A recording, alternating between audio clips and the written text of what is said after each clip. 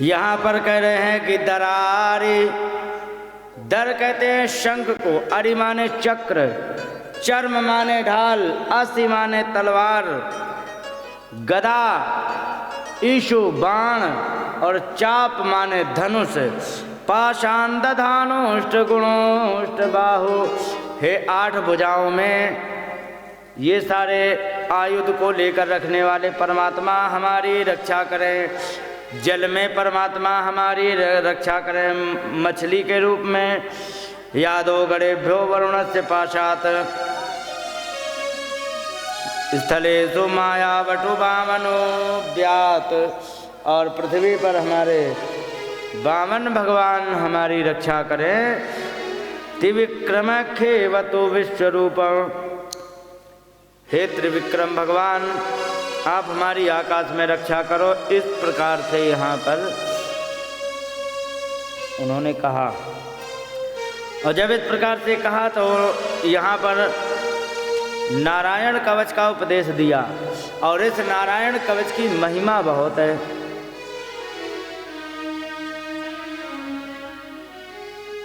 पहले क्या है कि एक ब्राह्मण ने, जो कौशिक गोत्री ब्राह्मण थे, उन्होंने इस नारायण कवच को सिद्ध कर लिया। उसी का जाप करते रहे और उनका शरीर छूट गया। और बाई चांस किसी ने दाह संस्कार किया नहीं और वहाँ पर शेर ने खाया नहीं तो उनकी हड्डियाँ रह गई, समझे? क्योंकि मांस तो गल गया, खत्म हो गया, हड्डियाँ नहीं गली, वे पड़ी रह गई। तो उसके कारण क्या हुआ, उनके हड्डियों में वो नारायण कवच का प्रभाव बना रहा। और एक दिन की बात, तस्योपरि विमानेन गंधर्व पति रेकदा, और गंधर्व का स्वामी जिसका नाम था चित्ररथ, वो ऊपर से अपने विमान से जा रहा था। जैसे ही ऊपर से निकला, हड्डियों के बड़बड़ा के विमान गिर पड़ा। बहुत प्रयास किया, सेल्फ लगामें, इंजन चेक करें, फ्यूल चेक करें, बैटरी चेक करें, गड़बड़ी कहीं नहीं, बैटरी फुल चार्ज, फ्यूल पूरा भरा हुआ, इंजन में कोई दिक्कत नहीं, लेकिन स्टार्ट ना होए।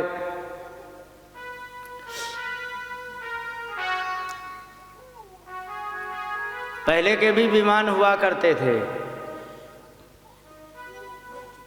तो वे ऐसे होते थे कि उनका प्राकृतिक ईंधन होता था। आजकल एक प्राकृतिक ईंधन खोज लिया गया है, आपको पता है, एक प्राकृतिक ईंधन खोजा गया है जिससे कि पर्यावरण को कोई नुकसान नहीं होता है, लेकिन काम हो जाता है। मालूम है क्या है? नहीं, क्या है? हाइड्रोजन। हाइड्रोजन जो है ना, उसको जिस समय इंजन में जलाते तो आउटपुट में पानी निकलता है। जैसे कि ये जो इंजन होते हैं, इनमें काला काला धुआं निकलता है, उसमें पानी निकलता है। पानी तो कोई पर्यावरण को नुकसान करेगा नहीं। पहले ऐसे ही फ्यूल हुआ करते थे देवताओं के ज़माने में, समझे?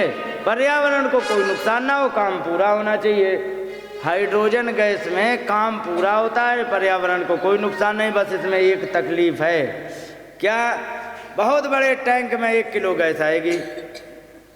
हाँ, बहुत बड़े टैंक में, जैसे कि तुम्हारी ये LPG गैस होती है ना, ये कार्बनिक यौगिक है, तो कार्बनिक यौगिक होने के कारण इसमें भार ज़्यादा होता है। जब भरा लाते हो तो 15 किलो आ जाती छोटे से सिलेंडर में।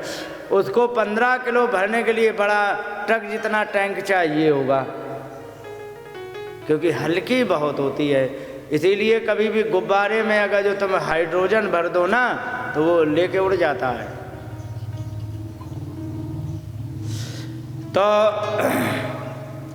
बहुत प्रयास किया चित्ररथ ने,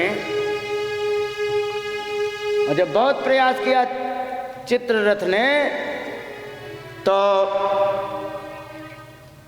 विमान नहीं चालू हुआ। वहाँ पर जाके एक महात्मा से पूछा कि बताओ भगवान, हमारा विमान क्यों नहीं चालू हुआ? तो मुनियों ने बताया कि हे चित्ररथ, तुमसे एक गलती हो गई है जो तुम्हें पता नहीं लगी। कि क्या? एक बहुत बढ़िया कौशिक गोत्रीय ब्राह्मण ने नारायण कवच का पाठ किया था, उसकी हड्डियां पड़ी थी, उस पर तुमने ऊपर से विमान निकाल दिया, जिसके कारण तुम्हारा ये विमान नहीं चल रहा है तो क्या उपाय है? तो जाके उनको प्रणाम करना, प्रणाम करके श्रद्धा से उनकी हड्डियों को ले जाना और सरस्वती नदी में प्रवाहित कर देना, फिर सेल्फ लगाना, तुरंत स्टार्ट हो जाएगा। उन्होंने कहा ठीक है, और जाके बड़े श्रद्धा से उनके हड्डियों को ले जाके प्रवाहित किया, प्रणाम किया और आकर के सेल्फ लगाया, विमान स्टार्ट। देखिए वाह, इतना बड़ा प्रभाव है, ध्यान रखो, इतना बड़ा प्रभाव है नारायण कवच का कि तुम्हारे आसपास कोई भी हिंसक जीव भी नहीं तुम्हें खा पाएगा। ध्यान रखो, प्रहलाद जी को क्यों नहीं खा पा रहे थे? आजकल इसका भी विज्ञान का खोज कर ली गई है। व्यक्ति का एक ऑरा होता है, लगभग 1 फुट दूर तक उसकी किरणें होती हैं, समझे? आजकल इसका मीटर भी बन गया है उस व्यक्ति का। यदि उससे दूर से लेते हैं तो उसकी फ़ोटो बन जाती दूर दूर से, जैसे कि किसी बाबा जी के या भगवान की फ़ोटो में पीछे गोल गोल चक्र बना करके सूरज जैसी किरणें दिखा देते हैं। प्रत्येक मनुष्य के शरीर पर ऐसे ही आसपास से उसकी तरंगें निकलती हैं, और वो तरंगें जो होती हैं हमें तुम्हें दिखाई ना दे करके कुत्तों को दिखाई पड़ती हैं या अन्य जंगली जीवों को दिखाई पड़ती हैं। तो जब भजन करने का प्रभाव पड़ता है ना जीवन में, तो वो तरंगें ऐसी पॉजिटिव चार्ज हो जाती हैं कि कोई भी जीव तुम्हारी तरफ हमला करने को तैयार नहीं होता है, वो उल्टा डरने लग जाता है। और जब तुम्हारे बुरे दिन आते हैं तो वो अपने आप नेगेटिव चार्ज हो जाती, तो कुत्ता वगैरह बहुत भौंकते हैं। तो ये चीज़ें होती हैं। तो इस प्रकार से जब नारायण कवच की महिमा बताई कि उस ब्राह्मण की अस्थियों को ले जा करके बहाने पर ही उनका विमान चालू हुआ और गए, तो इतना प्रभाव है, इसको जो भी जपेगा उसका कल्याण निश्चित हो जाता है। अब क्या हुआ कि इनके जो मामा पक्ष थे ना गुरुदेव के, विश्वरूप के, ये थे दैत्य पक्ष के। और दैत्यों ने कहा कि मेरा भांजा चेला, भांजे के चेला बन गए हैं इंद्र, अब कुछ ना कुछ काम निकला लिया जाए। तो वहाँ होता था सोमरस। सोमरस के लिए कहा कि हे भांजे, तुम तो वहाँ पहुँच गए हो, तुम्हारी इंद्रलोक में सब जगह आना जाना है, तुम्हारा सब जगह स्वामित्व है, क्या हमें थोड़ा थोड़ा सोमरस पिलाओगे, देखें कैसा लगता? उन्होंने कहा ठीक है। एक दिन लाके भर के सोमरस दैत्यों को पिला दिया, और इंद्र को पता लग गया तो इंद्र ने गर्दन ही राधे राधे। गुरुजी चले गए। अब जब गुरुजी चले गए, चूंकि ब्राह्मण थे, हत्या लग गई। और जब ब्राह्मण की हत्या लगी तब उन्होंने अपने उसी नारायण कवच के प्रभाव से उस ब्रह्म हत्या के भी 4 टुकड़े कर डाले। लेकिन वो 4 टुकड़े बहुत तंग कर रहे थे, तब वे 4 टुकड़े बांट दिए। ठीक है, 4 टुकड़े 4 जगह बांटे गए, और उन्होंने एक एक वरदान ले लिया, और 4 एक एक टुकड़ा भी ब्रह्म हत्या का ले लिया। तो यहाँ पर लिखा है कि भूमि तुरीयम जग्राह खातपूर वरेण वै, पृथ्वी ने जिस समय ले लिया ब्रह्म हत्या का अंश, चतुर्थांश, तो उन्होंने कहा कि बस हमें एक ही वरदान दे दो कि हमारा जो भी गड्ढा हो अपने आप भर जाए। समझे, अपने आप भर जाए। इंद्र ने कहा ठीक है, तुम्हारी ये कामना पूरी हो जाएगी, अपने आप भजाया करेगा। आपको आश्चर्य लग रहा होगा कि अरे ये कौन सी बड़ी बात है, धूल मिट्टी उड़ के भी जाएगी तो भजाएगा, होगा कि नहीं, ये कोई बड़ी बात नहीं। लेकिन जो चंद्रमा पे होके आए हैं ना, चंद्रमा पे जो उतरे हैं, उनसे पूछना कि यहाँ वरदान इसे मिला है कि नहीं। चंद्रमा पे चाहे 100 साल बीत जाएं, तुम्हारे चरणों के कदम जो के निशान जो बन गए हैं ना, चाहे 100 साल बीत जाए, चाहे 1000 साल बीत जाए, वहाँ पर निशान नहीं जाते हैं। जब तुम्हारे पैरों के निशान नहीं मिटते हैं तो गड्ढा कैसे भर जाएंगे बताओ? भर सकते क्या? वहाँ पर नहीं मिटते हैं, समझे? यहाँ पर कितने भी उल्टी सीधी खोद दी जाए लेकिन समय आने पर बराबर हो जाती है, लेकिन वहाँ पर पैरों के भी निशान भी नहीं मिटते हैं, समझे? इसीलिए अपना जो चंद्रयान 3 गया था तो इसमें ऐसे पहियों में डिजाइनिंग बना के भेजी थी कि अब ये वहाँ पर अमर हो गई। एक तो अशोक का निशान बनाया था, अशोक चक्र बनाया था, और उसी में वंदे मातरम लिखा था, और जो भी वहाँ छप गया वो छप गया। यहाँ पर वायुमंडल है जो कि हवा चल करके मिट्टी उड़ के और पानी बरस के तो मिट्टी बह के गड्ढे भर जाते, लेकिन चंद्रमा में ऐसा कुछ भी नहीं होता है। तो पृथ्वी में फिर ब्रह्म हत्या दिखाई भी पड़नी चाहिए, तो दिखाई पड़ी कहाँ? ईरिणम ब्रह्म हत्याया रूपम भूमौ प्रदर्श्यते। ईरिणम कहते हैं ऊसर भूमि को। ऊसर भूमि जानते हो? एक बड़ा सा मैदान, ठीक है, घास उगती नहीं है, फसल बो तो होगी नहीं, और समय आने पर उसमें आटा जैसा सफ़ेद सफ़ेद निकल आता है। देखिए इसी जगह, नहीं देखी? खार खार देखिए ऐसी जगह, उसी को ऊसर भूमि कहते। तुमने नहीं देखी? ले चलो मेरे साथ, चलो तो हम दिखा लाते हैं सकराय तक,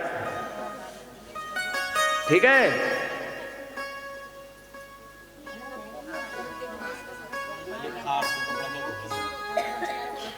हाँ हाँ वही, कपड़े भी धोए जाते हैं। हाँ सही बात है।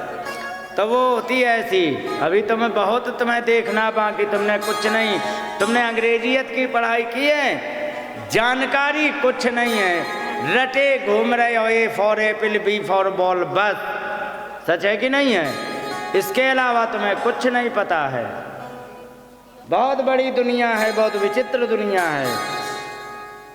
तो जो रटाया जा रहा है वो कोई काम नहीं आ रहा है, जो काम रोज आता है वो पता नहीं है।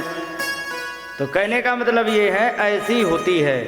अवर तुर्यम छेद विरोहेण वरेण जग्रहु द्रुमा। और चौथाई हिस्सा जो बचा था उसको पेड़ों ने ले लिया, और पेड़ों ने वरदान मांगा कि हमारी यदि टहनी कट जाए तो वहीं से दूसरी निकल आनी चाहिए, ये वरदान आप मुझे दे दो। तो पेड़ की टहनी जब कट जाती, डाली कट जाती, तो दूसरी वहीं से निकल आती कि नहीं? अब अगर जो आदमी का हाथ काट दिया जाए तो दूसरा निकलेगा? ये वृक्षों को वरदान मिला है, इसलिए ऐसा होता है। तो तेषाम निर्यास रूपेण ब्रह्म हत्या प्रदर्श्यते, और उनमें जो गोंद के रूप में होती वही ब्रह्म हत्या दिखाई पड़ती है। इसके बाद यहाँ पर शश्वत काम वरेणां तुरेय जग्रहु स्त्रियः रजोरूपेण तास्वांगो मासि मासि प्रदृश्यते। इसके बाद यहाँ पर एक हिस्सा और था, वो तो स्त्रियों ने ले लिया, और स्त्रियों ने लेकर के ब्रह्म हत्या का चौथाई हिस्सा ले लिया। तो उनको भी महीने के 3 दिन में वही ब्रह्म हत्या का प्रभाव दिखाई पड़ता है। लेकिन उन्होंने वरदान भी एक मांगा कि हम कितनी भी बुढ़िया हो जाएं, 90 क्रॉस कर जाएं, लेकिन हमारे वे हमसे हमेशा प्यार करते रहें, ये वरदान उन्होंने मांगा। इसके बाद एक हिस्सा जल ने ले लिया। जल ने कहा कि मेरे स्वाद जैसा किसी का स्वाद ना हो, या तो मेरे बिना किसी की पूर्ति, भोजन की किसी की भी पूर्ति ना हो, ऐसा वरदान हमें दो।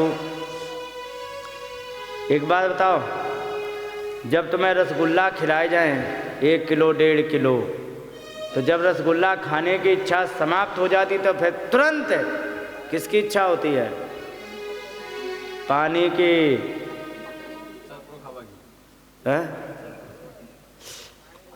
पानी की आवश्यकता होती है। तुम अपने जैसा सबको मत देखो पानी पकौड़ी, तुम्हारी तरह कोई नहीं चाटता। रसगुल्ला खाने के बाद भी पानी की आवश्यकता पड़ती है, और चाट खा लो तो भी पानी की आवश्यकता पड़ती है, सब्जी रोटी खाओ तो भी पानी की आवश्यकता पड़ती कि नहीं? तो ईमानदारी से बताओ, जब सब जगह पानी ही पानी चाहिए होता तो सबसे बढ़िया स्वाद किसका, रसगुल्ला का कि पानी का? और यदि रसगुल्ला का है तो रसगुल्ला खा के फिर पानी क्यों मांगते हो? क्योंकि उससे तो स्वाद खत्म हो जाएगा। तो पानी ही एक ऐसा है जिसका स्वाद हमेशा टिकाऊ रहता है। दिन में 10 बार पियोगे, जिंदगी भर पियोगे, कभी भी पानी से तृप्ति नहीं होगी। तुम्हें अगर जो दिन में 2 बार उसी पानी में चीनी मिला करके अगर जो शरबत बना के पिला दिया जाए तो भी तुम्हारी पूर्ति नहीं होगी, फिर भी तुम्हारा मन नहीं भरेगा।